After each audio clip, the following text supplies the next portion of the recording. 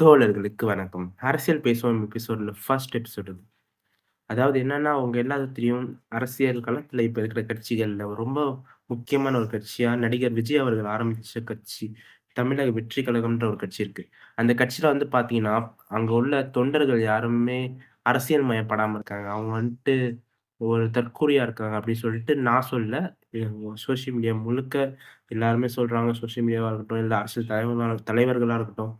மத்த எது அ அண்ணா திராவிட முன்னேற்ற கழக கட்சியில உள்ளவங்களா இருக்கட்டும், இல்ல திராவிட முன்னேற்ற கழக கட்சியில உள்ளவங்களாகட்டும், கிட்டத்தட்ட எல்லா பத்திரிகையாளர்கள் எல்லாருமே அப்படிதான் சொல்றாங்க. அப்படி சொல்றதுக்கான காரணமும் முக்கியமான ஒண்ணு இருக்கு. ஏன் அப்படின்னு சொல்லிட்டு அந்த காரணத்த ஃபர்ஸ்ட் சொல்லிடலாம். ஏன்னா, ஏன் அவங்க அப்படி சொல்றாங்கன்னா, நீங்க கொஞ்ச நாளா யோசிச்சு பாருங்களேன். இப்ப வந்துட்டு மத்த எந்த கட்சி எடுத்துக்கோங்க. இப்ப அரசியல் களத்துல தமிழ்நாடு அரசியல் களத்துல இருக்கிற கட்சிகள்ல திமுகவா இருக்கட்டும், அதிமுகவா இருக்கட்டும், இல்ல பிஜேபியா இருக்கட்டும், காங்கிரஸா இருக்கட்டும். எல்லாத்துக்குமே ஒரு தனித்தனி கொள்கைகள் இருக்கு. கரெக்ட்டுங்களா? அவங்க வந்துட்டு ஒரு தலைவர் அவங்களோட தலைவர் அவங்க ஃபாலோ பண்றாங்கன்னா, அது ஜஸ்ட் தலைவர் ஃபாலோ பண்றதுக்கான அந்த அந்த ஒரு வசீகரத்தன்மை இருக்கவும் செய்யும். ஆனா, அதே நேரத்தில அதையும் தாண்டி அவங்களுக்கு ஒரு கொள்கை இருக்கும். அந்த கட்சியில இருக்கறதுக்கான ஒரு காரணம் என்னன்னா, ஒரு கொள்கை கொள்கை இருக்கும். அந்த கட்சியில வந்துட்டு அவங்க வழி வழியா வந்திருப்பாங்க. எல்லாம் அவங்க அவங்க அவங்க எதிரி யாருன்னு தெரியும். இப்ப இந்த டிஎம்கேல இருக்கிறவங்க கூட்டணியில இருக்கிற கட்சிகள்ல இருக்கிறவங்களா இருக்கட்டும், விசிகா, கம்யூனிஸ்ட் காங்கிரஸ் எல்லாருமே என்ன என்ன கொள்கை எப்படி இருக்காங்கன்னா, பிஜேபி எதிர்க்கணும். மதச்சார்பின்மை கூட்டணியா இருக்கணும். ஒரு மதத்த வச்சு அரசியல் பண்ற ஒரு கூட்டணி வந்துறக்கூடாது. ஒரு கிட்டத்தட்ட ஒரு இது அது வந்துட்டு கிட்டத்தட்ட ஒரு இந்துத்துவ நாட்டா மாத்தப்போது இந்தியாவ. அத எதிர்த்து நம்ம இருக்கோம் அப்படி சொல்லிட்டு இருக்காங்க. ஏடிஎம்கே வந்துட்டு அவங்களும் ஒரு கொள்கை வச்சிருந்தாங்க. பட் ஆனா இப்போதைக்கு அவங்க கொள்கை பல அரசியல் தேர்தல் களத்துல மாறிட்டாங்க. இருந்தாலும் அவங்களுக்குள்ள ஒரு சில கொள்கைகள் இருக்கு. அவங்க வந்துட்டு ஒரு சில சமரசம் பண்ணிக்க மாட்டாங்க. அந்த மாரி பல விஷயங்கள் இருக்கு. அவங்களும் ஒரு கட்டமைப்போட இருக்காங்க. பல ஆண்டு காலம் இருந்த கட்சி அதுவும். அதுவும் அப்படிதான். இந்த மாரி பல பல அதனால அந்த கட்சியும் நான் சொல்ல முடியாது. ஆனா நாம் தமிழரும் அதே மாரி தான். அவங்களும் ஒரு சில கொள்கை தமிழ் தேசியம்னு ஒரு கொள்கை வச்சிருக்காங்க. அந்த கொள்கையில ஒரு சில ஃப்ளாஸ் இருந்தாலும், இல்ல அவங்க வந்துட்டு திராவிடத்த ஏத்துக்கல, அப்படி இப்படின்னு சொல்லிட்டு அதிலயும் பல எ ஹிஸ்டாரிக்கலா பல விஷயங்கள் அவங்க தப்பா சொல்லி கொள்கைகள் வச்சிருந்தாலும், இருந்தாலும் அவங்க அந்த கொள்கையின் அவங்களுக்குன்னு ஏதோ ஒரு கொள்கைய வச்சுட்டு, மொழிய வச்சு பேசுறேன் அப்படி இப்படி சொல்லி கவர்ந்து மக்களை ஈர்த்து ஒரு கட்சி வச்சிருக்காங்க. ஆனா இந்த தமிழக வெற்றி கழகம்ன்ற கட்சி வந்து பார்த்தீங்கன்னா, அவங்களுக்குன்னு கொள்கை அனௌன்ஸ் பண்ணாலும், தேர்தல் அறிக்கை அனௌன்ஸ் பண்ணாலும், அவங்க அந்த கட்சியோட தொண்டர்கள் யார கேட்டாலும், "நீங்க ஏன் டிவிக்கு சப்போர்ட் பண்றீங்கன்னு?" கேட்டா, அவங்க ஃபர்ஸ்ட் வார்த்தை, "எனக்கு விஜய பிடிக்கும்." இல்லன்னா விஜய் வந்துட்டு அ நடிக்கும்போது பார்த்துருக்கேன். நான் ஒரு ஃபேன். அதனால நான் அவருக்கு இருக்கேன்றது ஃபர்ஸ்ட் வார்த்தை அதான் வருமே தவிர, அத தாண்டி டிவிகே சப்போர்ட் பண்றான்னு யாராவது சொன்னாங்கன்னா, அத அதுக்கு ஒருத்தவங்கள காட்டுங்க. நான் அதுக்கப்புறம் நான் நம்புறேன். அவங்க வந்து அரசியல் புரிதலோட இருக்காங்க. ஏன்னா, அப்படி யாருமே இருக்க மாட்டாங்க. கண்டிப்பா இருக்க மாட்டாங்க. டிவிகேல வந்துட்டு நீங்க யார கேட்டாலும் சரி, இப்ப யோசிச்சு பாருங்களேன். இப்ப வந்துட்டு யாராவது டிவிகேல வந்துட்டு இருக்கிறவங்க வந்துட்டு, "நீங்க பெரியார எதிர்க்கிறவங்க. அதனால தாங்க நான் இருக்கேன்." இல்லங்க மாற்றம் வேணுங்க. அதனால தான் இருக்கேன்றாங்களா? அப்படி ஒரு மாற்றம் வேணும்னு தான் ஏன் விஜய் சூஸ் பண்றாங்க? நாம் தமிழர் கட்சி இருக்குல்ல, அத தாண்டி இன்னும் எத்தனையோ கட்சிகள் இருக்கு. மாற்றம் வேணும்னு சொல்லிட்டு நாம் தமிழர் இருக்கு. அப்புறம் வந்துட்டு சசிகலா அவர்கள் இப்ப கட்சி ஆரம்பிச்சிருக்காங்க. சரி அவங்கலாம் பழைய ஆளுங்கன்னா, சரி இன்னும் பல கட்சிகள் இருக்கு. மாற்றம்னு சொல்லிட்டு புது கட்சிகள்லாம் இருக்கு. அதுல சேர வேண்டியது தானே! பவர் ஸ்டார் கூட ஒரு கட்சி ஆரம்பிச்சிருக்காரு. அதுல போய் சேரலாம்ல. ஏன் விஜய் கூட எல்லாத்துக்கும் தெரியும். ரொம்ப சிம்பிள். விஜய் வந்துட்டு ஒரு அரசியலுக்கு முன்னாடி பெரிய cinema star. One of the குளோபல்னா சொல்ல முடியாது. அதாவது ஒரு கோலிவுட்ல ஒரு நம்பர் 1 ஸ்டார் அவரு. ஸோ, அதனால அவர் வந்துட்டு அவர் வந்துட்டு இந்த மாரி அவருக்கு வந்து பெரிய ஃபேன்ஸ் பட்டாளமே இருக்கு. அது அப்படியே அரசியலுக்கு வந்தோனே எல்லா தொண்டர்களா டிவிகே தொண்டர்களா மாறிட்டாங்க. அவ்வளோதான் மேட்ரு. இது எல்லாருக்குமே ரொம்ப தெளிவா தெரிஞ்ச விஷயம். ஸோ, இந்த பிரச்சனை என்னன்னா, இங்க வந்துட்டு இது ஒரு கல்ட் குரூப்ன்னு நாம ஏன் சொல்றோம்ல. Cult group. கல்ட்னா என்னன்னா, கொஞ்சம் கூட எந்த ஒரு பாரபட்சமே இல்லாம அ ஒரு விஷயத்த வந்துட்டு அப்படியே ஏத்துப்பாங்க. அதாவது இப்ப வந்துட்டு அவங்க தலைவர் விஜய் சொன்னாங்கன்னா, என்ன சொன்னாலும் ஏத்துக்கிறது. உங்களுக்கு பார்த்தாலே தெரியும். எல்லாருமே பல பேர் வந்துட்டு அந்த வீடியோஸ்லாம் பார்த்துருப்பீங்க. இல்ல அந்த வெளிய வரக்கூடிய செய்திகள்லாம் கேட்டுருப்பீங்க. ம். உங்க தலைவருக்காக குழந்தை இறந்து போனா கூட பரவால்ல. எனக்கு வந்துட்டு விஜய பார்த்தா போதும்ன்னு இருக்காங்க. பல பேர் வந்துட்டு எனக்கு ஹஸ்பண்ட விட விஜய் தான் பிடிக்குன்னுவாங்க. விஜய் வந்துட்டு அவ்வளோ அழகா இருக்காரு, ஸ்மார்ட்டா இருக்காருன்றாங்க. விஜய் மட்டும் வரலன்னா தூக்கு மாட்டி செத்துருவேன்றாங்க. இந்த மாரி சின்ன பசங்கலாம் விஜய், விஜய். ஏன்னா அவனுக்கு தெரிஞ்சதெல்லாம் ஒண்ணும் இல்ல. விஜய பிடிக்கும் அவ்வளவுதான். அத தாண்டி அவனுக்கு வேற எதுவுமே இல்ல. அவனுக்கு எந்த ஒரு அரசியல் புரிதலோ, அதனால தான் அவங்க கல்ட் குரூப்ன்னு சொல்றோம். ஏன்னா, இப்ப அந்த விஜய் அவர்கள் வந்துட்டு ஏதாவது சொன்னாங்கன்னா, அத அப்படியே ஏத்துக்கிறாங்க. எந்த ஒரு கேள்வியும் கேட்காம, எந்த ஒரு அனலைஸும் பண்ணாம, எந்த ஒரு கொஞ்சம் கூட சிந்திக்காம, 1% கூட லைட்டா சிந்திக்காம கூட அத அப்படியே ஏத்துக்கிறாங்க அது. அவங்க. அதான் கல்ட் குரூப்.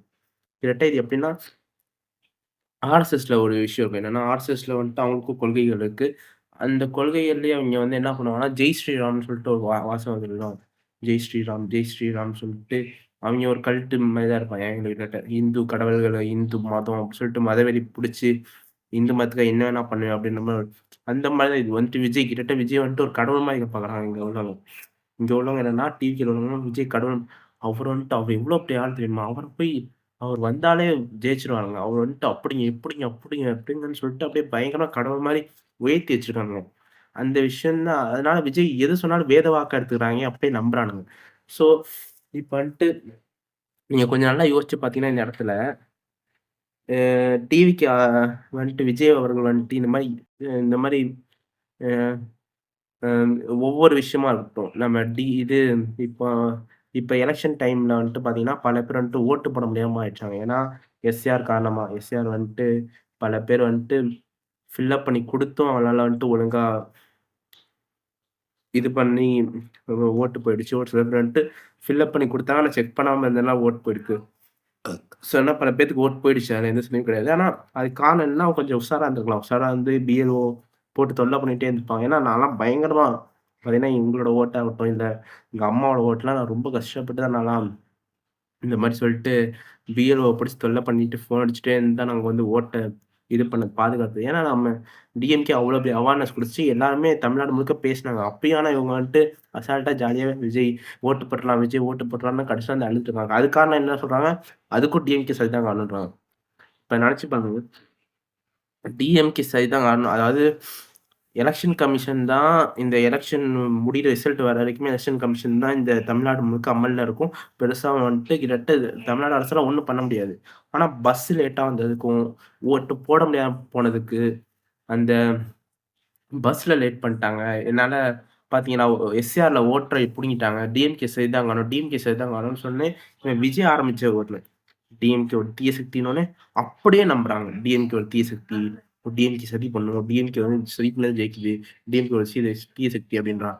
விஜய் வந்துட்டு சொல்றான். டிஎம்கே வந்துட்டு பிஜேபியோட கள்ள கூட்டணியில இருக்குன்னா, உடனே அப்படியே நம்புறான். ஆமா டிஎம்கே வந்து பிஜேபியோட கள்ள கூட்டணியில இருக்கு. அப்பன்னா டிஎம்கே ரொம்ப மோசமானது போல அப்படின்றப்ப, இந்த விஷயம் எப்படி இருக்குன்னா, அவன் பிஜேபிய பத்தி பேசல. நல்லா யோசிச்சுப்பாங்க. டிவிகேல உள்ள விஜய் அவர்கள் வந்துட்டு இதுவரைக்கும் ஒரு வார்த்தை கூட பெருசா பிஜேபி விமர்சிச்சதே கிடையாது. டிஎம்கேவ புடிச்சு அடிச்சுட்டு, டிஎம்கேவ புடிச்சு இது இப்படி ஆன்டி டிஎம்கே கொள்கையிலே ஃபுல்லா டிவிக்கு இருக்குன்றப்ப இங்க ஒரு சந்தேகம் வருது. என்னன்னா, இந்த விஷயம் என்ன ஆகும்னா, இந்த கல்ட் குரூப் வந்துட்டு என்ன பண்ணுவாங்கன்னா, ஆ நாளைக்கு டிவிக்கே தோத்து போயிரும். அது ஒண்ணும் பிரச்சனை கிடையாது. ஆனா, இவங்க வந்துட்டு என்ன ஆகும்னா, அந்த டிவிக்கே தோத்து போனாலும், இவன் இந்த கல்ட் குரூப் வந்துட்டு டிஎம்கே மேல அபிப்பிராயமோ, திரும்பி டிஎம்கே ஓட்டு போடணுன்ற ஒரு எண்ணம் கொஞ்சம் கூட வராது அவங்களுக்கு. அவங்க ஆன்டி டிஎம்கேன்ற அந்த ஸ்டாண்ட வந்துட்டு அப்படியே நம்பிருவாங்க. அத வந்துட்டு டிஎம்கே ஒரு தீய சக்தி தான் அப்படின்ற மாரி நம்பிருவாங்க. அது என்ன ஆகும்னா, அடுத்து வர பிஜேபியோட டிஎம்கே வந்துட்டு ரொம்ப மோசமானதா அதுக்கு வந்து பிஜேபியே பரவால்ல. அந்த மாரி கொண்டு போயிரும். இந்த போக போக்குல என்னன்னா, இவன் அப்படியே பிஜேபிக்காக ஓட்ட திருடி பிஜேபி தமிழ்நாட்டுக்குள்ள உள்ளார வர்றதுக்காக போட்ட மிகப்பெரிய பிளான் டெல்லில இருந்து போட்ட பிளான் தான் விஜய் அவர்கள், அவர்களோட டிவிகேன்ற இந்த கட்சி. அது நல்லா எல்லாரும் புரிஞ்சுக்கோங்க. ஸோ, இதான் மேட்ரு. இப்ப இந்த விஷயம் நான் வந்துட்டு சும்மா ஏதோ ஏனோ தானோன்னு சொல்லல. ஆதாரங்கள் பெருசா இல்லனாலும் ஏதோ யூ யூ யூகத்திலேயே சொல்லல. ஏன்னா இது அடிப்படையா வச்சு அடுத்தடுத்த தரவுகள் பத்தி தான் அத வச்சு தான் நான் சொல்லிட்டு இருக்கோம். ஓகேங்களா? இப்ப வந்துட்டு சரிப்பா அப்படிலாம் இல்ல எங்க அண்ணன் அப்படிலாம் பண்ண மாட்டாரு. ஏன்ப்பா அப்படிலாம் சொல்றீங்க? அப்படின்னு சொல்லிட்டு நீங்க சொன்னாலும், இப்ப இவங்க வந்துட்டு நம்ம டாபிக் ம டாபிக் இப்போ வருவோம். என்னன்னா, இப்ப ஏன் இந்த அரசியல் மயமாகாத ஒரு கல்ட் குரூப், இந்த தற்கூரி குரூப் வந்துட்டு எங்கருந்து வந்துச்சு? தமிழ்நாட்டுக்குள்ள எப்படி வந்துச்சு? அப்படின்ற ஒரு கேள்வி இருக்குல்ல. ஏன்னா, அதான் எனக்கு ரொம்ப மண்டையில ஓடிட்டே இருக்கு. ஏன்னா, ஓகே ஒரு அரசியல் நடிகன் வந்தா கூட்டம் வருவாங்க. அது வந்துட்டு எல்லா இடங்கள்லயும் பொதுவானது தான். அது வந்துட்டு கட்சியில வந்துட்டாங்க, இத்தன பேர் வந்துட்டாங்க, ஓகே. அதெல்லாம் கரெக்ட் தான். ஆனா, தமிழ்நாடு மக்கள் இவ்வளோ முட்டாளா எப்படி இருந்தாங்கன்னு தான் எனக்கு ஒண்ணும் புரியல. ஏன்னா, நம்ம தமிழ்நாடுன்றது பார்த்தீங்கன்னா, மத்த மாநிலங்கள் மாரி கிடையாது. இருக்கிற நம்ம மாநிலம் வந்துட்டு ரொம்பவே ஒரு அரசியல் புரிதலான, இருக்கதுலயே ரொம்ப அறிவு சார்ந்த ஒரு மாநிலம் தமிழ்நாடு தான். எந்த விஷயமாகட்டும், அது இந்திய பிரச்சனையாகட்டும், மொத குரல் கொடுத்தது, போராட்டம் பண்ணது தமிழ்நாடு தான். நீட்டா இருக்கட்டும், மொத குரல் கொடுத்து போராட்டம் பண்ணது தமிழ்நாடு தான். எஸ்ஏஆர்லேருந்து, டீலிமிட்டேஷன்லேருந்து, அதுக்கு முன்னாடி இருந்த விவசாய சட்ட மசோதாவா இருக்கட்டும், எல்லா விஷயத்துக்கும் மொத குரல் கொடுக்கும் தமிழ்நாடு. அது திமுக, இல்ல வந்துட்டு மத்த கட்சிகள், இல்ல யாராவது சாமானிய நபர்களுக்கு கூட அரசியல் தெரியும். டீ கடையிலேருந்து உட்கார்ந்து பேசுறவங்களுக்கு அவ்ளோ அரசியல் தெரியும். ஏன்னா, நாம வந்துட்டு காலைல எந்திரிச்சோனே நியூஸ் பேப்பர் படிக்கிறதோ, இல்ல போயிட்டு போட்ட சன் நியூஸோ, இல்ல பாலிமர் நியூஸோ, புதியதளமோ ஏதோ ஒரு நியூஸ் சேனல் உட்காந்து காலைல 6 மணிக்கு பார்க்குறோம். சாயங்காலம் 6 மணிக்கு நியூஸ் செக் பண்றதும் வழக்கமா இருக்கக்கூடிய ஒரு விஷயம். நம்ம பெரியவங்கலாம் வீட்ல எல்லாருமே பண்ணுவாங்க. அவங்க அதுக்கப்புறம் அத வச்சு பேசுவாங்க. பெரியவங்கன்னு தாண்டி பொதுவா எல்லாருமே அது பார்ப்பாங்க. குடும்பமே உட்காந்து நியூஸ் பார்ப்பாங்க. அந்த அந்த சன் டிவில கூட 4 மணிக்கு படம் போடுறதுக்கு முன்னாடி நியூஸ் பார்த்து தான் போடுவாங்க. இந்த மாரி பல விஷயங்கள் இருக்கு. ஸோ, இப்படி நியூஸ் பார்த்து அரசியல் மயப்பட்ட ஒரு குரூப் தான் நாம. அப்படிப்பட்ட நம்ம ஒரு அறிவு சார்ந்த சமூகமா தான் இருந்தோம். ஆனா ஏன் இப்படி மாற்றம் ஆனுச்சு? ஏன் ஒரு விஜய்ன்ற ஒரு ஆள் பின்னாடி, அவனுக்கு எந்த ஒரு தகுதியும் செக் பண்ணாம, எந்த ஒரு விஷயமும் அவன கேள்வி கேட்காம, பிளைண்டா அவன் ஆக்டர்ன்ற ஒரே காரணத்துக்காக பிளைண்டா நம்பி இவ்வளோ பெரிய கூட்டம் எப்படி வருது? அப்படின்ற ஒரு விஷயம் எனக்கு வந்து ரொம்ப உறுத்திருந்துச்சு. அதுக்கப்புறம் நான் யோசிச்சு பார்த்தப்ப தான் புரியுது. நாம வந்துட்டு உண்மையிலே ஒரு பெரிய தப்பு பண்ணிட்டோம்னு தான் சொல்றேன். நாமனா நம்ம எல்லாருமே. அதாவது நம்ம லெஃப்டிஸ்ட் குரூப் நம்ம நம்ம நம்மள மாரி திராவிட சிந்தனை கொண்ட மனிதர்களாகட்டும், இல்ல லெஃப்டிஸ்ட் பேசிக்காவா இல்ல கம்யூனிஸ்ட்கள் நம்மள மாரி ஐடியாலஜி கொண்ட ஒரு அ பீப்பிள்ஸ் எல்லாருமே உண்மையிலே ஒரு சிறிய தவறு பண்ணிட்டோம். சிறியனா பெரிய தவறு பண்ணிட்டோம். அது யாருன்னா, நாம வந்துட்டு அரசியல் மயப்பட்டுருக்கோம். ஓகேங்களா? நாம வந்துட்டு நமக்கு எனக்கு வந்துட்டு எனக்காகட்டும், இல்ல என்ன சுத்தி உள்ள ஒரு சில பேருக்கு அரசியல் தெரியும். எங்க அம்மா, அப்பாலயும் அது வந்துச்சு. அதனால வந்துட்டு எனக்கு தெரிஞ்சுச்சு. ஆனா, இவங்களுக்கு ஏன் தெரியலன்னா, இவங்களுக்கு அந்த வாய்ப்பு கிடைக்கல. எப்படி அந்த வாய்ப்பு அவங்களுக்கு மிஸ் ஆனுச்சுன்னு நானும் யோசிச்சேன். அப்பதான் புரியுது உண்மையிலே இது வந்து டிஎம்கே மேலயும் குறை இருக்கு. ஏன்னா, நீங்க பண்ண தப்பு தான். ஏன்னா, திராவிட கட்சிகள் 2 டிஎம்கே இல்ல ஏடிஎம்கே தான் 2மே தான் சொல்றேன். ஏன்னா 2மே திராவிட கட்சிகள் தானே. ஏடிஎம்கே இப்ப தானே பிஜேபிக்குள்ள கூட்டுச்சு. அதுக்கு முன்னாடி வந்துட்டு ஏடிஎம்கே வந்துட்டு எவ்வளோ பெரிய கட்சியா இருந்துச்சு. பிஜேபி எதிர்த்துலாம் பேசியிருக்கே. ஸோ, அதனால 2த்தையும் சொல்றேன். ஏடிஎம்கே, டிஎம்கே 2 பேருமே பெரிய தப்பு பண்ணிட்டீங்க. என்னன்னா, நீங்க 2 பேருமே திராவிட கட்சிகள் ஓகேங்களா? உங்களோட திராவிடியன் ஐடியாலஜிய இங்க உள்ள சாதாரண மக்களுக்கு புரிய உங்க மக்களுக்கு, காலங்காலமா இருக்க மக்களுக்கு, இப்போ வர ஜென்ஸி தலைமுறையே இல்ல அதுக்கு முன்னாடி உள்ள இது 2கே கிட்ஸ்க்கோ புரிய வைக்க முடியலன்னா, இல்ல கொண்டு போய் சேர்க்கலன்னா, அப்புறம் என்னத்த ஆட்சிய இவ்வளோ நாள் நீங்க ஆண்டீங்கன்ற ஒரு கேள்வி எனக்கும் வருது. ஸோ, உண்மையிலே நீங்க அத தப்பு பண்ணிட்டீங்க. ஏன்னா, நீங்க வந்துட்டு என்ன பண்ணீங்கன்னா, ஸ்கூல் சிஸ்டம் அது வந்துட்டு ஃபர்ஸ்ட்டு தவறா என்ன எங்க அது மிஸ் ஆகுதுன்னு நான் பார்க்கிறேன்னா, ஸ்கூல் பேரன்டல் கைடன்ஸ் தான் பார்க்குறேன். ஏன்னா, ஒரு ஸ்கூல் பேரன்டல் கைடன்ஸ் 2மே சின்ன பையனுக்கு இருந்தா தான், ஒரு பையனுக்கு கரெக்ட்டா இருந்தா தான், அவன் வந்துட்டு கரெக்ட்டான இதுக்கு போவான். இப்போ வந்துட்டு அந்த பேரன்டல் கைடன்ஸ்ல அரசியல் பேசுறதுன்றது, பொதுவா வந்துட்டு நாம வந்துட்டு இந்த ஏழை மக்கள்லாம் இருக்காங்கல்ல, ஓரளவுக்கு எப்படி சொல்றது? ம். எளிய ஒரு குறிப்பிட்ட சம்பளம் ஒரு வந்துட்டு மாசம் சம்பளத்துல 10,000, 6,000, 7,000 சம்பளம் வாங்குறவங்கலாம் தெரியும். அவங்களுக்கெல்லாம் இந்த இந்த திராவிடியன் ஐடியாலஜிய பத்தி ஓரளவுக்கு நல்லா தெரியும். ஏன்னா, அவங்க வந்துட்டு கஷ்டப்பட்டு வந்திருப்பாங்க. அவங்க வந்துட்டு எவ்வளோ பிரிவிலேஜஸ் அவங்களுக்கு கிடைச்சிருக்கு, எவ்வளோ உரிமைகள் பெற்றிருக்காங்கன்னு அவங்களுக்கு தெரியும். ஏன்னா, நான் இப்ப மாசம் குடுக்குற ரூ. 1000 மொதற்கொண்டு அவங்களுக்கு தான் இந்த ரூ. 1000 எவ்வளோ பெரிய காசுன்னு தெரியும். நம்ம ஆளுங்கலாம் அசால்ட்டா சொல்றானுங்க. இங்க டிவிக்கேல உள்ளவங்கலாம் சொல்றாங்க அசால்ட்டா. என்னங்க பஸ்ல ரூ. 20 தானங்க. அதுக்கு என்னங்க ஓசி பஸ்ன்றீங்க. ஓசி பஸ்னா எ எதுக்கு அந்த ஓசி பஸ் குடுத்துட்டு வேஸ்ட்டு தானே அப்டி சொல்லிட்டு அசால்ட்டா பேசுறாங்க. ரூ. 20 உனக்கு ரூ. 20 ரூ. 30 இங்க வந்து பாரு எங்க அம்மா, அப்பாலாம் தினமும் அது பஸ்லாம் போயிட்டு, போயிட்டு வராங்க. ரூ. 100 ஒரு நாளைக்கு மிச்சம் பண்றவங்கலாம் இருக்காங்க பஸ்ல. தெரியுமா? இந்த ஸ்கீம்னால. ஸோ இந்த மாரி விஷயம் வந்துட்டு எளிய மக்களுக்கு புரியுது. ஆனா இந்த மிடில் கிளாஸ்ல வளர்ந்தாங்க தெரியுமா? இப்ப வந்துட்டு போன ஜெனரேஷன்ல வந்துட்டு அந்த 90ஸ்லேருந்து இப்போ வளர்ந்துருப்பாங்கல்ல டக்குன்னு. படிச்சு பெருசா அவங்களுக்கும் அவங்களுக்கும் கிடைச்சிருக்கு. கிடைச்சு வளர்ந்து ஓரளவுக்கு வந்ததுக்கப்புறம், காசு வந்ததுக்கப்புறம் ஓரளவுக்கு ஒரு எப்படி சொல்றது? ஓரளவுக்கு இந்த இது ஹை மிடில் கிளாஸ்ல இருப்பாங்கல்ல. அவங்க தான் இந்த மாரி சொல்லிட்டு அரசியல் புரிதல் வந்துட்டு இல்லாம இல்ல. அதாவது அவங்க வந்துட்டு எப்படி ஆமா. அவங்க வந்துட்டு எப்படி சொல்றது? அவங்க வந்துட்டு அரசியல வந்துட்டு கத்துக்க தேவை கிடைக்கல அவனுக்கு. இவங்க வந்துட்டு அந்த வழியில வந்துட்டு அரசியல் புரிஞ்சுக்கிட்டாங்க. அவங்களுக்கு வந்து தெரியுது என்னென்ன பண்ணியிருக்காங்கன்ற ஒரு விஷயம். இவங்க வந்துட்டு எல்லாம் எடுத்துக்கிட்டாங்க. பட் இருந்தாலும் இவங்களுக்கு வந்துட்டு அந்த ஒரு ஹை மிடில் கிளாஸ் வந்தோனே இந்த சோசியல் மீடியாவா இருக்கட்டும், இந்த இந்த ஃபோன் டெக்னாலஜி இதுவா இருக்கட்டும், இதுல அவங்க டிஸ்ட்ராக்ட் ஆகி போனதுனாலயோ, இல்ல பண தேவையினால ஓடிட்டே இருந்ததுனால, அவனுக்கு கிடைச்ச ஒரே வாய்ப்பு சினிமா மட்டும் தான். சினிமாலயும் நம்ம திராவிடியன் பார்ட்டிஸ் பெருசா பேசவே இல்ல. அதான் மிகப்பெரிய பிரச்சனைங்க. ஏன்னா, ஒரு குறிப்பிட்ட மக்கள் ஹை பிரிவிலேஜ் மக்களுக்கெல்லாம் ஹை பிரிவிலேஜ்லேருந்து லோ பிரிவிலேஜ் மக்கள் வரைக்கும் எல்லாத்துக்குமே தெரிஞ்ச ஒரு ஒரே செக்டார் என்னன்னா, சமமாக்க சினிமா ஒரு பெரிய விஷயம்.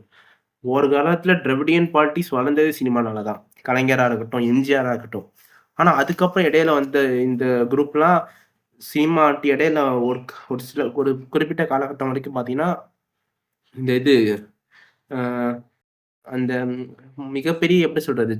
ஜாதிய படங்கள், ம் மதத்த போற்றக்கூடிய படங்களு, இஸ்லாமியர்கள வந்துட்டு டெரரிஸ்ட்டா காட்டக்கூடியது. இந்த மாரி சொல்லிட்டு ஒரு இந்துத்துவ கொள்கைகளோடையோ, இல்ல ஒரு குறிப்பிட்ட ஜாதிய வந்து பெருமை பேசுற மாரி தான் படங்கள் வந்திருக்கே தவிர, பெருசா திராவிடியன் படங்களோ, இல்ல திராவிடியன் ஐடியாலஜி பத்தி பேசுற படம் ஒண்ணு கூட வரல. அது பெரிய தவறு பண்ணிட்டாங்க. ஈவன் தோ இந்த சன் பிக்சர்ஸ் வந்துட்டு சினிமா ஃபீல்ட்ல அவ்ளோ ஆதிக்கம் செலுத்துனதுக்கு அப்புறமும் இந்த விஷயம் தவற விட்டது பெரிய தப்பு. அது வந்துட்டு மிஸ் பண்ணிட்டாங்க. ஏன்னா, அது பண்ணியிருந்தாங்கன்னா, அவங்க வந்துட்டு தெரிஞ்சிருக்கும். அதுல அரசியல் பற்றணும். ஏன்னா, ஏன் நீங்க நீங்க யோசிக்கலாம் இப்ப வந்துட்டு. ஏன்ப்பா எல்லா இடத்துலயும் அரசியல் கத்துக்கணும்? நான் முதல்ல அப்டி சொல்லிட்டு நீங்க கேட்கலாம். ஏன்னா, ஏன் அரசியல் வந்துட்டு ரொம்ப எப்படி சொல்றது? அடிப்படையான ஒரு விஷயம் நான் சொல்ல வரேன்னா, அது ஒண்ணும் தடை செய்யப்பட்ட விஷயம் கிடையாதுங்க. நம்ம ஊர்ல பல பேர் சொல்லுவாங்க. என்னன்னா, "ஏய் அரசியல் நீங்க பேசாத. அரசியல் ஸ்கூல்ல சொல்லுவாங்க. அரசியல் பேசாத. காலேஜ்ல "ஏய் அரசியல்லாம் பேசாதடா. அரசியல் பேசாத" அப்டின்னு. அரசியலே எனக்கு புடிக்காது. அரசியலே பிடிக்காது. அசால்ட்டா சொல்லுவாங்க. அது வந்துட்டு தப்பு. அரசியல் பிடிக்காதுன்னு இல்ல. உனக்கு அது பிடிக்காதுன்றத தாண்டி, அது உனக்கு அடிப்படையான விஷயம் தெரிஞ்சுக்கணும். ஓரளவுக்கா தெரிஞ்சுக்கோ. நீ வந்துட்டு அரசியல் வந்துட்டு நீ உட்காந்து ஃபுல்லா அப்படியே உட்காந்து பெரிய இது பண்ணணும்னு அவசியம் இல்ல. ஆனா ஓரளவுக்கு உனக்கு வந்துட்டு நீ ஓட்டு போட போறல்ல. ஓட்டு போடுற போம்போதாவது உனக்கு அந்த ஜனநாயக கட்டமை ஆட்டுறதுக்கு முன்னாடி ஓரளவுக்கு உனக்கு அரசியல் தெரிஞ்சிருக்கணும். அப்பதான் உன்னால ஆற்ற முடியும். புரியுதா இல்லைங்களா? ஸோ இது வந்துட்டு ஒரு சமூகம் வந்துட்டு இது ஒரு சமூகத்தோட ரெஸ்பான்சிபிலிட்டி இது. கடமை இது. அரசியல்ன்றது வெறும் ஜஸ்ட் நீங்க வந்துட்டு என்னது சூஸ் பண்ற விஷயம் கிடையாது. இல்லங்க எனக்கு வேணாங்க அப்படி சொல்லிட்டு சூஸ் பண்றதோ இல்ல. எனக்கு பிடிக்காதுன்னு சூஸ் பண்றது கிடையாது. இது வந்து இது ரெஸ்பான்சிபிலிட்டி இது. ஒரு சோசியல் ரெஸ்பான்சிபிலிட்டி. ஸோ அந்த விஷயம் வந்துட்டு அவங்க வந்துட்டு மிஸ் பண்றாங்க இந்த இங்க இடத்துல. அதனால வந்துட்டு அவங்க வந்துட்டு அதனால பல இடங்கள்ல பேசாம விட்டதுனாலயே இந்த அரசியல் அறிவற்ற சமூகம் வந்துட்டு வளர்ந்திருக்கு அப்படின்றது தான் இறுதியான ஒரு விஷயமா இருக்கு. அது அப்புறம் இந்த சினிமால வந்துட்டு அவங்க தேவையில்லாத விஷயம். எது எது கத்துக்கணுமோ அது கத்துக்காம சினிமால எது எது கத்துக்கூடாதோ அதான் கத்துக்கிட்டாங்க கடைசில. எது ஜாதிய ஜாதி பெருமை பேசுறத கத்துக்கிட்டாங்க. அப்புறம் வந்துட்டு ஆணவ படுகொலை பண்றதெல்லாம் ஒரு சில படங்கள்லாம் ரொம்ப பெருமையா பேசுனுச்சு. ஆணவ படுகொலை பண்றதா இருக்கட்டும், காதல் பண்ணக்கூடாதுன்னு சொல்லலாம் படம்லாம் இருந்துச்சு. ஆனா நல்ல வேள 90ஸ் அட்லீஸ்ட் காதல் பண்றதாவது ஓகே அப்படின்ற மாரி அந்த ஒரு விஷயம் மட்டும் தான் எனக்கு தெரிஞ்சு சினிமால வந்துட்டு நல்ல விஷயமா வந்து என்னன்னா, லவ்வ வந்துட்டு ப்ரொபகேட் பண்ணுது. ஏன்னா, அது வந்துட்டு அந்த எமோஷன் வந்துட்டு எப்படி சொல்றது? அதாவது ஜாதி மதப்படிலாம் லவ் இல்ல. லவ் வந்துட்டு எல்லாத்துக்கும் மேல அப்படி சொல்லிட்டு பல இயக்குனர்கள் படம் எடுத்தாங்க. அது வந்துட்டு அது ஒரே ஒரு விஷயம் தான் சினிமா படம் நல்ல விஷயம்னு நினைக்கிறேன். இப்ப வரைக்கும். ஒரு சமூகத்துக்கு மத்தபடி சினிமா மோசமா பல விஷயங்கள் சொல்லியிருக்காது. எப்படின்னு சொல்றது? சரக்கா இருக்கட்டும், போதைப் பொருள வந்துட்டு இது பண்றதா இருக்கட்டும், இந்த மாரி பல விஷயங்கள் பண்ணியிருக்கு. ஆனா, அதையும் தாண்டி இந்த ஒரு ஐடியாலஜி நான் ஏன் சொல்றேன்னா, இந்த ஐடியாலஜி வந்துட்டு ஏன் கத்துக்கணும்னா நான் ஒண்ணும் தவறான ஐடியாலஜி சொல்லி தரல ஓகேங்களா? நீங்க வந்துட்டு காலேஜ்ல வந்துட்டு திராவிடியன் ஐடியாலஜி வந்துட்டு, இல்ல கம்யூனிஸ்ட் ஐடியாலஜியா இருக்கட்டும், லெஃப்டிஸ்ட் ஐடியாலஜி ஏதோ ஒரு லெஃப்டிஸ்ட் ஐடியாலஜி அது எதுவா இருந்தாலும் சரி. லெஃப்டிஸ்ட் ஐடியாலஜின்றது. நீங்க வந்துட்டு அது கம்யூனிசமா இருக்கட்டும், இல்ல நேஷனலிசமா இருக்கட்டும், இல்ல வந்துட்டு இது திராவிடமா இருக்கட்டும். இந்த மாரி ஏதோ ஒரு ஐடியாலஜி வந்துட்டு நீங்க ஏன் வந்துட்டு ஆனா தமிழ்நாட்டுக்கு உரிய ஐடியாலஜின்றது திராவிடியன் ஐடியாலஜி. இங்க திராவிடியன் கட்சிகள் தான் 2 பெரிய திராவிட கட்சிகள் தான் இருக்கு. ஸோ, அதனால இங்க வந்துட்டு அ திராவிடியன் ஐடியாலஜி எல்லா இடத்துலயும் இருந்திருக்கணும். ஏன் இருந்திருக்கணும்னா, அ அது ஒண்ணும் தவறான ஐடியாலஜி கிடையாதுல்ல. இங்க பாருங்க ஒரு ஐடியாலஜி வந்துட்டு இப்ப நான் ஏன் வந்துட்டு இந்துத்துவ ஐடியாலஜி இருக்கக்கூடாதுன்னா, இந்துத்துவ ஐடியாலஜி மக்கள பிரிக்கக்கூடியது. ஒரு மதத்த அடிப்படையில வச்சு பண்ணக்கூடியது. இன்னொரு மத வெறுப்ப தூண்டக்கூடியது. பெண்கள வந்துட்டு ஒதுக்கக்கூடியது. ஓகேங்களா? 4 வர்ண ஜாதிய போற்றி, ஒருத்தன் மேல ஒருத்தன் கீழ அப்படின்னு சொல்லிட்டு இது பண்ணி, பார்ப்பனர்களுக்காகவே ஒரு இந்துத்துவ ஐடியாலஜின்றது கிட்டத்தட்ட பார்ப்பனர்களால் உருவாக்கப்பட்டது. பார்ப்பனர்களுக்கு ஃபுல் பிரிவிலேஜ் குடுக்கக்கூடிய ஒரு ஐடியாலஜி. ஆனா திராவிடியன் ஐடியாலஜி அதுக்கு அப்படியே ஆப்போசிட். எல்லா மக்களும் சமம் தான். சமூக நீதியா இருக்கட்டும். திராவிடியன் ஐடியாலஜி பார்ப்பனர்களுக்கும் பல நல்லது பண்ணியிருக்கு. பார்ப்பனர்களும் சேர்த்து தான் கலைஞர் வந்துட்டு இது அது பேர் என்ன? இது ஸ்காலர்ஷிப்பா இருக்கட்டும். இல்ல வந்துட்டு அது இது ஃபர்ஸ்ட்டு கிராஜுவேட்ஸ்க்குலாம் இது பணம் குடுத்ததா இருக்கட்டும். அதுக்கப்புறம் இப்ப இப்ப வந்துட்டு பெண்களுக்கு எல்லாத்துக்குமே தானே ஃப்ரீயா குடுக்குறாங்க. இன்னும் ஒரு குறிப்பிட்ட ஜாதிய தவிர்த்து பார்ப்பன பெண்கள் கிடையாது அப்டின்லாம் தரலையே. பெண்களுக்கும் ஃப்ரீயா தானே இது பஸ் தராங்க. ரூ. 1000 பணமும் எல்லாத்துக்குமே ஃப்ரீ தானே தராங்க. ஸோ இந்த மாரி பல விஷயங்கள் வந்துட்டு என்னைக்குமே திராவிட இயக்கம் வந்துட்டு என்னைக்குமே பார்ப்பனர்கள ஒதுக்கியோ, இல்ல ஒரு குறிப்பிட்ட இனத்த வெறுத்தெல்லாம் ஒண்ணும் அரசியல் பண்ணது கிடையாது. அவங்க எல்லாத்துக்கும் சமூக நீதியோட ஒரு அரசியல் செய்றாங்க. சமூக நீதி தான் முக்கியம்ன்றா பெரியார் கத்துதுன்னு அதான். அண்ணா வழியில கத்துது அதுதான். கலைஞரோட எழுத்துக்கள் அதுதான். பாரதிதாசன் பாடல்கள் அதுதான். இதெல்லாம் நம்ம ஸ்கூல்ல சொல்லி தந்திருக்கணும். இதெல்லாம் நம்ம சினிமால காட்டியிருக்கணும். இது 2 விஷயமும் நம்ம பண்ணாம விட்டோம். இந்த மாரி அவங்க சரவுண்டிங்ஸே இது எதுவுமே அண்டாம இருந்ததுனாலயே, அவங்க ஒரு தவறான பாதையில நோக்கி போயி, எப்படி சொல்றது? டிஸ்ட்ராக்ஷன் ஆயி, அங்கிட்டு இங்கிட்டுன்னு போய் அரைகுறையா கத்துக்கிட்டு, எங்க போறதுன்னே தெரியாம, கடைசியில அவனுக்கு புடிச்ச ஒரு ஸ்டார், சின்ன புள்ளேருந்து பார்த்த ஒரு ஸ்டார் திடீர்னு அரசியல்ல குதிக்கிறேன் அப்படின்னு வரும்போது, அவனுக்கு அரசியல் பத்தி ஒண்ணுமே தெரிஞ்சிருக்காது. அவனுக்கு தெரிஞ்சதெல்லாம் தவறா தான் சொல்லியிருப்பான். ஏதோ அங்கங்க கேட்டுருப்பான். எவனாவது போற போக்குல சொல்லியிருப்பான். திமுக வந்துட்டுலாம் ரொம்ப ஊழல் பண்றாங்கடா அப்படின்னு சொல்லிருப்பான். அப்புறம் வந்துட்டு இந்த மாரி நியூஸ்ல கொலை நடக்குதெல்லாம் பார்த்து, நாடு ரொம்ப மோசமா தான் போகுது அப்படின்னு நினைச்சுட்டு, அவன் பாட்டுக்கு ஏதோ அன்னைக்கு ஒரு நாள் தான் நியூஸ் பார்த்துருப்பான். அத நினைச்சு ஃபுல்லா ஜட்ஜ் பண்ணியிருப்பான். அவனுக்கு தெரிஞ்சதெல்லாம் கொஞ்சம் கொஞ்சம் விஷயம். அத வச்சு ஃபுல்லா ஜட்ஜ் பண்ணியிருப்பான். அவன் பிளைண்டா நம்பியிருப்பான். அதெல்லாம் தாண்டி ஒருத்தன் வந்து திடீர்னு அவனுக்கு புடிச்ச ஆக்டர் சின்ன புள்ளைருந்து வந்து ஒரு ஆக்டர் வந்து டக்குனு அரசியல் குதிக்கும்போது, "ஹோ! வாவ்! அவரு வந்துட்டாரா? அப்ப வந்துட்டு அவரு தான் என்னோட தலைவர்" அப்படின்னு சொல்லிட்டு அவன் பாட்டுக்கு தான் போவான். அவனுக்கு ஏன்னா அத பத்தி தெரியாது. அவன பத்தி திராவிடம் பத்தி தெரியாது. தமிழ் தேசியம் தெரியாது. இல்லன்னா உண்மையான லெஃப்டிஸ்ட் ஐடியாலஜினா என்னன்னு தெரியாது. ரைட்டிஸ்ட்னா என்னன்னு தெரியாது. இந்த மாரி அவனுக்கு எதுவுமே தெரியாது. சனாதனம்னா என்னன்னு தெரியாது. இது ரிசர்வேஷன் எதுக்கு வந்துச்சுன்னு தெரியாது. இந்த மாரி எதுவுமே அவனுக்கு தெரியாது. ஸோ, இந்த மாரி எதுவுமே தெரியாம ஒரு ஒரு கும்பல் இருக்கும்போது, ஒரு குறிப்பிட்ட சமூகம் வளரும்போது, அவன் அது மட்டும் இல்லாம இந்த டெக்னாலஜி வேர்ல்டுல அவன் வந்துட்டு போர் அடிக்கும். இந்த மாரி விஷயம் பேசினாலே. அவனுக்கு வந்துட்டு இப்ப இந்த Instagram, சோசியல் மீடியா வந்ததும் போது ரொம்ப மோசமாயிடுச்சு. என்னன்னா, அவனுக்கு வந்துட்டு இந்த சோசியல் மீடியா வந்துட்டு ரொம்ப எப்படி சொல்றது? ஒரு குறிப்பிட்ட ஷார்ட்ஸ் ஒரு 30 செகண்ட் வீடியோ.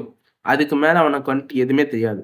அந்த 30 செகண்ட் தான் அவனோட அந்த ஒரு எப்படி சொல்றது? அட்டென்ஷன் வந்துட்டு 30 செகண்ட் தான். அது கூட இருக்காது. அதையும் தாண்டி அவன் டக்குனு ஸ்க்ரோல் பண்ணிருவான். அந்த அளவுக்கு அவனுக்கு வந்துட்டு ரொம்ப ஃபாஸ்ட்டா போற உலகத்துல அவனுக்கு வந்துட்டு அவனுக்கு ஹிஸ்டரிய பார்த்துருக்கவோ, இல்ல ஹிஸ்டரி படிச்சுட்டு இருக்கவோ, இல்ல இந்த பாஸ்ட் ஸ்கீம்ஸ பத்தியோ, இல்ல உங்க அப்பா, அம்மா எப்படி வளர்ந்தாங்கள பத்தியோ, அவனுக்குலாம் ஆனா அவனுக்கு தெரியாது இந்த ஃபோன் இங்க வந்ததுக்கு காரணம் மொதற்கொண்டு, கம்ப்யூட்டர் குணம் மொதற்கொண்டு எல்லாமே கலைஞர் தான்றது அவனுக்கு தெரியாது சுத்தமா. அவனுக்கு தெரிஞ்சதெல்லாம் ஃபோன் எல்லாம் தானா கிடைச்சிருக்கும். எல்லாம் தானா கிடைச்சுரும்னு நெனச்சிருப்பான். ஆனா அதெல்லாம் தானா கிடைக்கல. எல்லாம் கொண்டு வந்தது, போராடி கொண்டு வந்தது.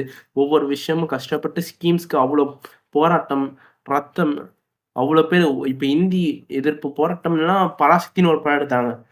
அப்படி ஒரு ஹிஸ்ட்ரி அதெல்லாம். அந்த ஹிஸ்ட்ரி ஃப்ளாப் ஆனுச்சு தமிழ்நாட்டுல. எவ்வளோ பெரிய மோசமான விஷயம் நெனச்சு பாருங்க.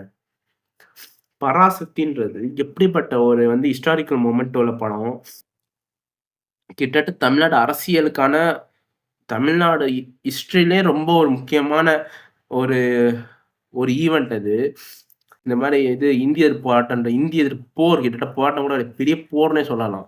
எத்தன பேர் உயிர் நீத்தாங்க, செத்தாங்க. கிட்டத்தட்ட ஒரு சுதந்திர போராட்டத்திற்கு நிகரானது இந்திய எதிர்ப்பு போர். அதுல எந்த வகையிலும் குறைஞ்சது கிடையாது. இந்திய எதிர்ப்பு போர்.